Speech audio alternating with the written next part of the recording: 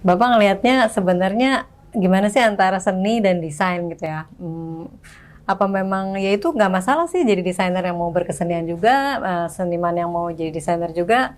Bapak ngeliatnya gimana? Terutama mungkin buat generasi yang Ya, sekarang nih. Atau harus milih atau gimana ya. sebaiknya? Sejak tahun 75 itu Hmm. sebetulnya kita memang sudah memutuskan atau di dalam kecenderungan seni rupa baru itu, yang kemudian seni rupa baru ini disebutnya sebagai seni rupa kontemporer. Nah, di dalam seni rupa baru ini memang sebetulnya anggota seni rupa baru tidak semuanya dari seni murni.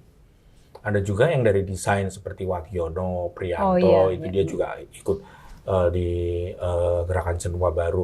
Memang kita tidak lagi memilahnya, Kotak-kotakan gitu ya. mengkotak-kotakan bahwa ini seni murni, ini seni terap. Enggak, ya kedua-duanya bisa bercampur dan memang batasan itu menjadi tidak lagi harus kaku gitu. Semuanya bisa. Bahkan di dalam penciptaan karya seni saya melihat bahwa tipografi itu bukan sekedar huruf, tetapi juga bentuk.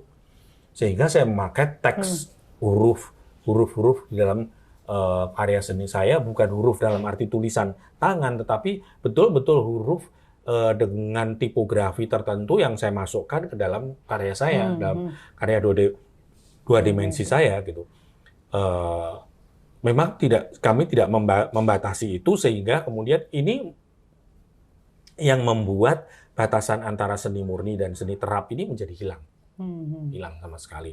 Dan kita tidak juga mencoba untuk membuat semacam hierarki bahwa seni murni itu berada di Di atas. atas, seni terap itu ada di bawah. Enggak lah. Ini sudah satu menjadi satu seni rupa. Kita menyebutnya bahwa ini adalah seni rupa gitu. Sehingga tidak ada lagi seni lukis, tidak ada seni patung, ya pokoknya ini seni rupa gitu. Iya, iya. Gitu.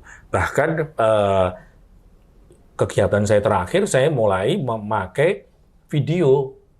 Video yang tadinya sama sekali tidak ada di dalam seni lukis, tidak ada di dalam seni patung.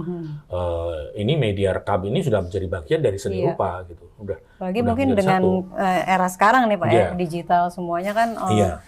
lebih apa ya? Ya semuanya lebih mudah dan Iya. ya memang Nah, sampai trennya. pada tahun 2001 itu saya menyadari bahwa kegiatan kesenian saya selama ini sebetulnya lebih dilandasi oleh kesadaran yang sifatnya reproduktif atau reproduksi. Kan dunia grafis desain itu kan kemudian kan hasil dari desain itu dicetak. Iya. Nah, ini kan reproduksi. Iya. Dan saya sebetulnya sejak kecil, karena bapak saya itu tukang potret, Oh, oke. bapak saya itu tukang potret, jadi saya sejak kecil, sejak SMP, saya memang sejak SD, Mengamati. SMP itu sudah diajar oleh bapak saya untuk berpraktek memotret, dan itu sudah reproduksi itu sudah menjadi kegiatan saya, gitu. Sehingga ketika saya masuk dalam dunia grafis desain dan sebagainya, saya menjadi tidak asing. Memotret saya juga menganggap bahwa itu bisa adalah seni, dan Mencetak juga iya, gitu ya. dan ini reproduksi gitu Iya, lah. Dan inilah yang juga melandasi saya untuk terus berkesenian tanpa membedakan antara Desain kah? desain, cetak, dan seterusnya. Gitu. Nah, ini juga barangkali yang membuat seniman-seniman muda yang background-nya itu adalah DKV, dia juga merasa bahwa ya saya bisa jadi seniman atau perupa gitu. Malah mungkin kalau yang apa ya, saya sempat dengar ya kecenderungannya karena melihat mungkin itu ya Pak ya, harga karya kan ya, kalau kita ngomong secara bisnis, secara ekonomi kan, aduh kalau desainer gitu ya masuk ke kantor kerja di agensi atau apa, gaji berapa sih gitu kan, sama lah ya rata-rata pertama fresh graduate berapa, tapi kan ketika mereka menjadi seniman gitu ya, ketika berhasil tuh ada bukan kecemburuan, ada keinginan lah untuk jadi wah langsung bisa jual karya sekian gitu. Jadi pengen semuanya, bukan semuanya sih, mungkin cenderung ke sana. Ya. Bukan itu sebetulnya. Bukan ya. Karena kalau kita lihat, taruhlah misalnya seniman-seniman muda yang baru masuk dengan kecenderungan yang eksperimental kayak begitu, karyanya nggak laku loh. Karyanya nggak laku. Kalau toh laku, itu karya itu laku jarang sekali. Dan misalnya seorang ya taruhlah misalnya Iya. Yaya Sung lah. Dia menjual foto berapa sih karya foto?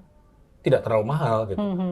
Jadi memang tujuannya bukan karena ekonomi gitu, tapi memang ketertarikan mereka Ketertarikan dalam aja. dunia seni rupa gitu, sehingga kemudian mereka tertarik sana. Nah, orang-orang ini seperti Yaya, Ponte, atau seniman muda yang lainnya, mereka tetap berpraktik sebagai graphic designer. Karena dari sana mereka mendapatkan uang untuk kemudian Bisa membuat melakukan karya. eksperimen Gitu. yang lebih itu mungkin hasrat atau dorongan yang ininya gitu. ya genuine-nya di dalam diri sebenarnya pengen Iya, mengekspresikan itu ya. itu. Nah, itulah yang terjadi sekarang ini, bahwa perkembangan seni rupa akan menjadi sangat beragam. Dan kemudian kecenderungan berikutnya adalah munculnya graffiti. Graffiti, kemudian seperti karya-karya mural kayak gitu, mural dan iya. sebagainya. Nah, itu apa namanya, seniman-seniman muda yang punya latar belakang DKV, mereka ahli dalam membuat Iya. menggambar. Ya, mereka masuk di dalam dunia itu, dan mereka melukis, mereka membuat graffiti Kayak dan seterusnya. Darbots gitu, Muklai itu Iya. kan juga awalnya dari mereka dari sana ya. Dan oke gitu, Iya, nggak masalah gitu. Sekarang ya Bisa. mereka digandeng brand gitu kan untuk bikin Gitu. produk kayak gitu. Kayak begitu. Oke Pak, sekarang kalau kita ngelihat apa ya ini kan kita udah memasuki mungkin mudah-mudahan akhir pandemi nih Pak ya, udah mulai normal lah gitu ya, kegiatan-kegiatan kita juga udah bisa lebih nyaman offline gitu ya, nggak harus selalu online gitu. Nah kalau menurut Pak Harsono sendiri gimana nih pasca pandemi, apa yang Bapak lihat dari apa ya seni rupa dan mungkin kecenderungan perkembangannya saat ini di generasi sekarang, kalau mungkin ya bisa dikaitkan juga dengan digital, dengan NFT gitu mungkin. Nah, gimana Pak pandangan Bapak? Iya, pada waktu pandemi itu kan memang gerak kita dibatasi. Kita tidak bisa pergi kemana-mana, kita tidak bisa berkumpul. Kita hampir semua program-program pameran itu di-cut, di-cancel, ditunda. Dan orang juga tidak bisa melakukan kegiatan pameran dan datang ke ruang pameran. Ini memang menyulitkan sekali buat orang-orang seni rupa ya. Susah ya Pak ya. Kemudian beberapa art space itu mulai mencoba untuk melakukan kegiatan online.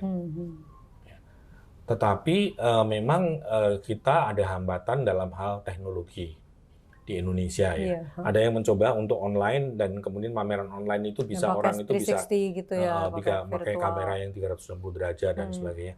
Saya sendiri juga pameran di beberapa negara seperti di Korea, di Taiwan, kemudian di Thailand, di Amerika, itu memang kecenderungannya seperti itu. Pada saat pandemi, Pak? Online pada saat pandemi. Dan tahun 2020, 2021 online semua, dan kemudian tahun 2020 itu hampir tidak ada pameran rasanya. Karena memang itu awal-awal dari pandemi dan terjadi kepanikan yang luar biasa. Orang masih shock ya Pak. Tapi masih tetap ada pameran online di Korea kalau nggak salah pada waktu itu. Dan kemudian tahun 2021 ada pameran online juga. Dan saya mulai kebetulan sekali bahwa sebetulnya dari tahun 2000 itu ini mundur sedikit mundur sedikit pada tahun 87, 88, 49 itu, ketika itu komputer sudah mulai masuk ke dunia graphic design, dan saya mempelajari itu karena memang pada akhirnya studio graphic design mau tidak mau harus memakai komputer, karena pada waktu kita ingin mencetak dan seterusnya, color separasi dan seterusnya harus digital semua kan, dalam bentuk file, dan kita harus mempelajari itu. Nah ini mulai kita masuk dalam dunia digital. Kemudian pada tahun 2098 itu terjadi huru-hara atau kerusuhan Mei.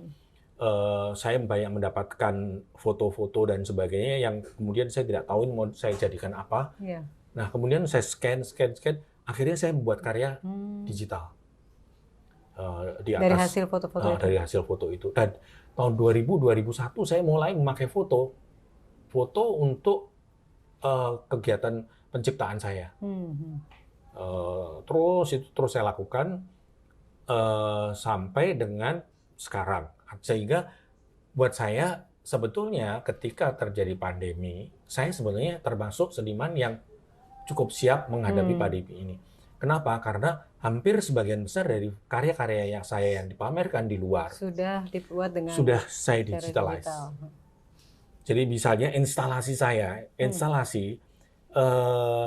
ada 3 pameran instalasi yang semuanya materi itu saya kirimkan dalam bentuk digitalize. Yang saya minta museum satu di Korea, satu di Taiwan, ini tolong di print di atas kait, print on textile, dan kemudian disusun seperti ini. Saya kasih instruksi cara menginstalnya, kemudian digantung dengan ukuran sekian kali sekian, jaraknya sekian, dan kita memang komunikasi terus dalam hal itu.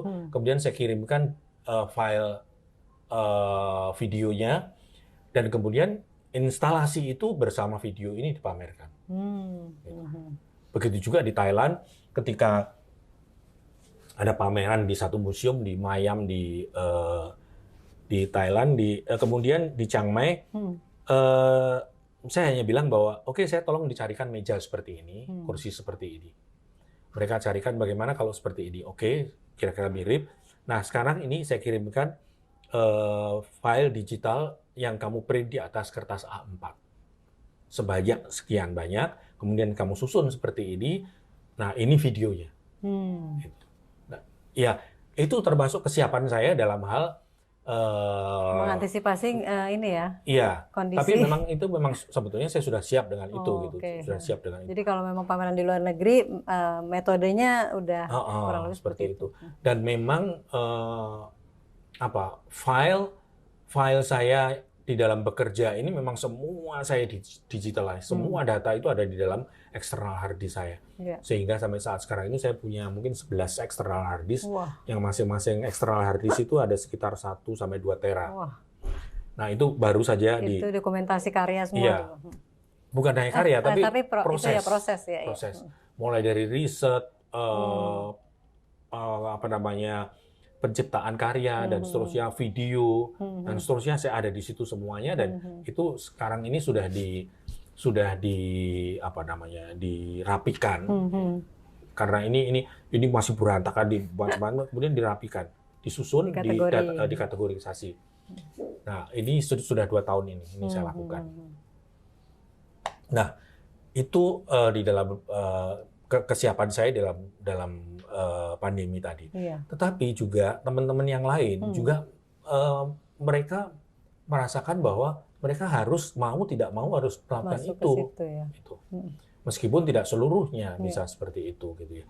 Tetapi ini adalah momentum di mana teknologi digital itu harus diterima dalam kehidupan kita. Nah, kemudian pada saat-saat terakhir, yaitu tahun 2021 kemarin, orang mulai membicarakan mengenai NFT. Ya. Padahal sebetulnya sudah lama sebelumnya sih. Tapi terus kemudian tiba-tiba menjadi karena orang banyak di online, akhirnya kita semua terpapar ya pada di informasi itu. ngomong mengenai NFT dan seterusnya. Nah,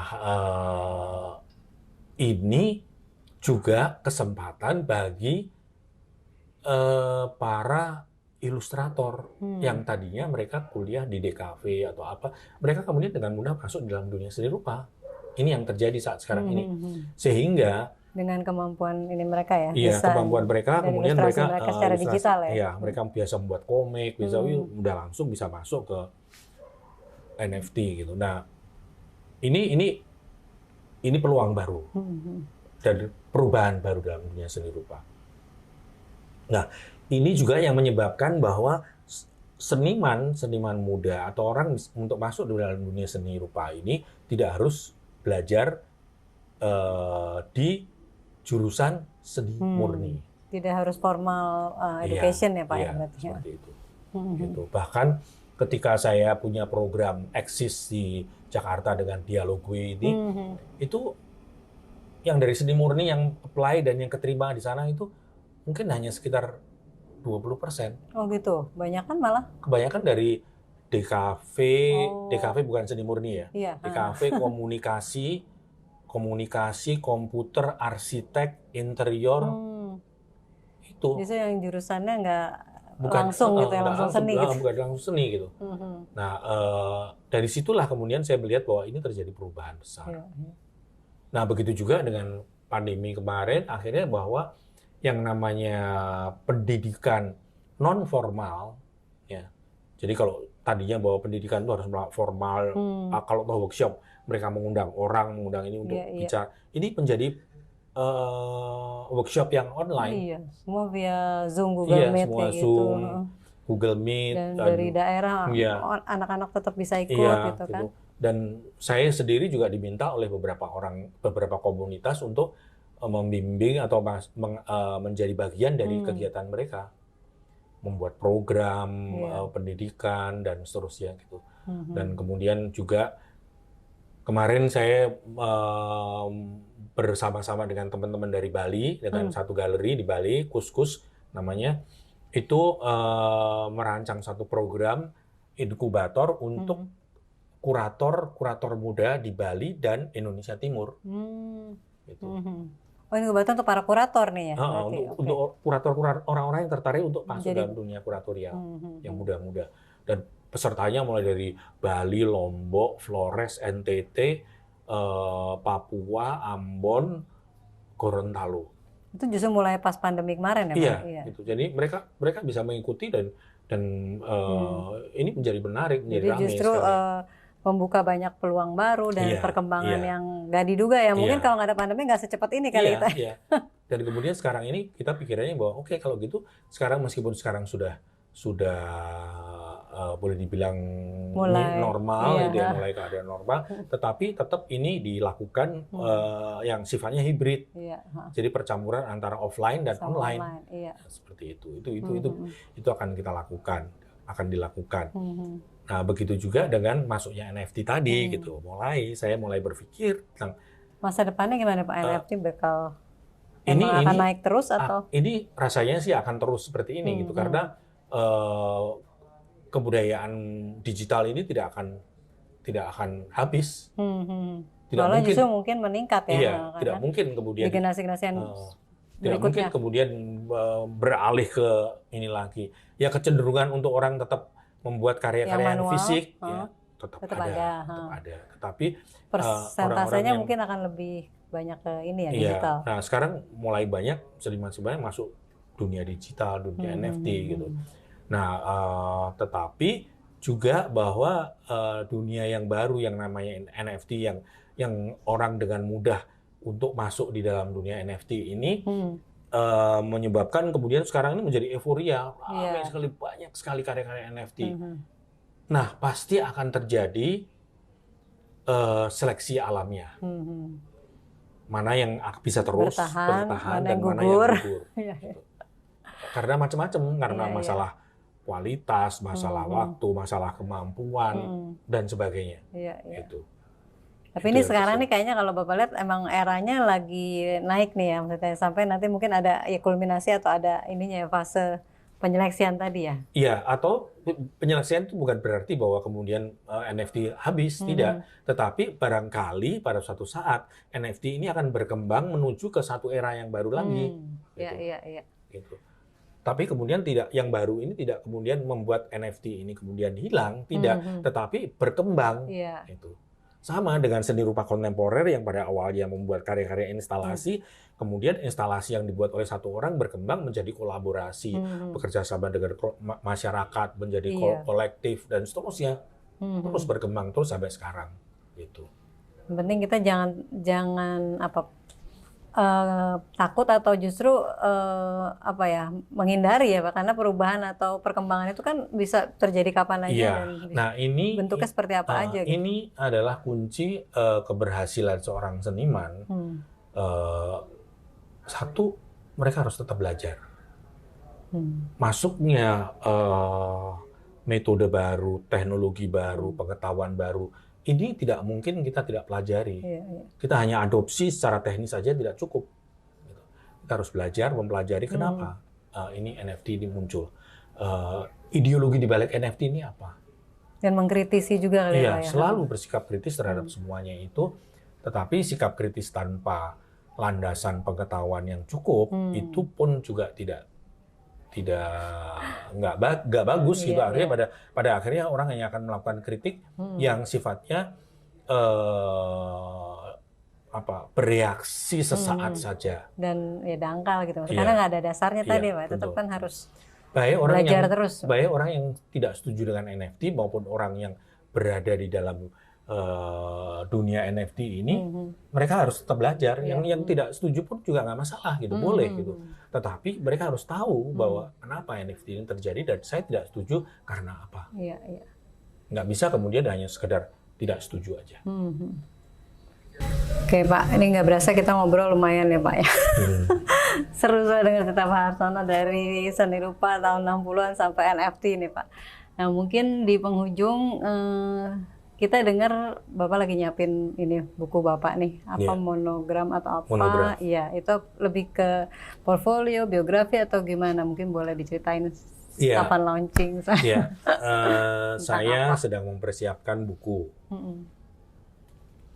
Pada waktu itu saya bilang ke salah seorang kurator yang memang biasa dia mengkurasi pameran saya dan namanya Hendro Wianto dan Hendro ini memang mengikuti kegiatan saya sejak awal, sejak tahun 2000 ya 2000-an lah gitu.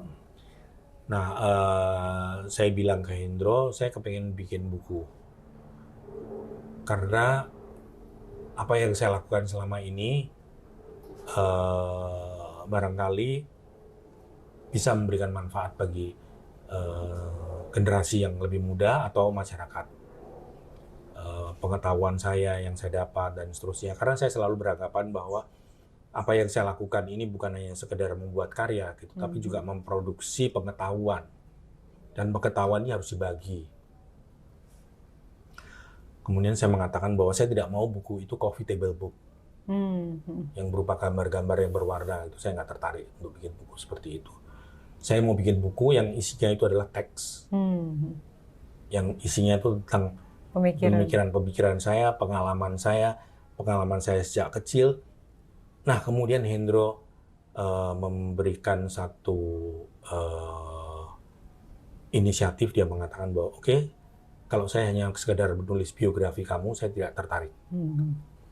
Tetapi saya akan menulis perjalanan keseharian kamu dengan latar belakang atau dengan konteks sosial, politik, dan kebudayaan. Nah, dari situ saya setuju sekali. Karena memang itu yang saya inginkan. Karena saya tidak mungkin hidup sebagai manusia yang tidak bersinggungan atau tidak menjadi bagian dari masyarakat saya. Itu adalah selalu itu yang menjadi statement saya sejak awal dalam dunia penciptaan seni rupa saya. Nah, kemudian Hendro menulis itu gitu. Ketika saya lahir pada waktu itu zaman penjajahan Belanda dan seterusnya dan dia menceritakan bukan hanya saya tapi juga bagaimana situasi pada waktu itu. Sampai dengan tahun 65 sampai saya harus ganti nama. Dan kemudian dia menceritakan mengenai latar belakang politik dan mengapa orang Tionghoa harus ganti nama dan bagaimana saya harus mengganti nama saya dan seterusnya. Sampai dengan dunia seni rupa. Masuk dalam dunia seni rupa dia semua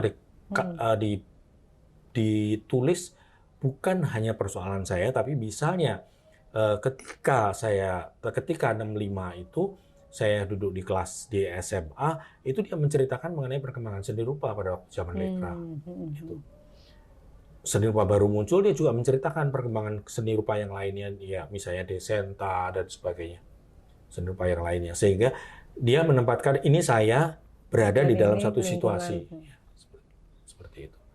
Nah, inilah yang menurut saya ini menarik sekali, sehingga harapan saya bahwa pembaca itu nanti tidak hanya sekedar melihat gambar karya saya, kalau cuma mau lihat gambar dan bukan melihat karya seorang efek Harsono, tapi apa yang terjadi pada masyarakat saat itu ya.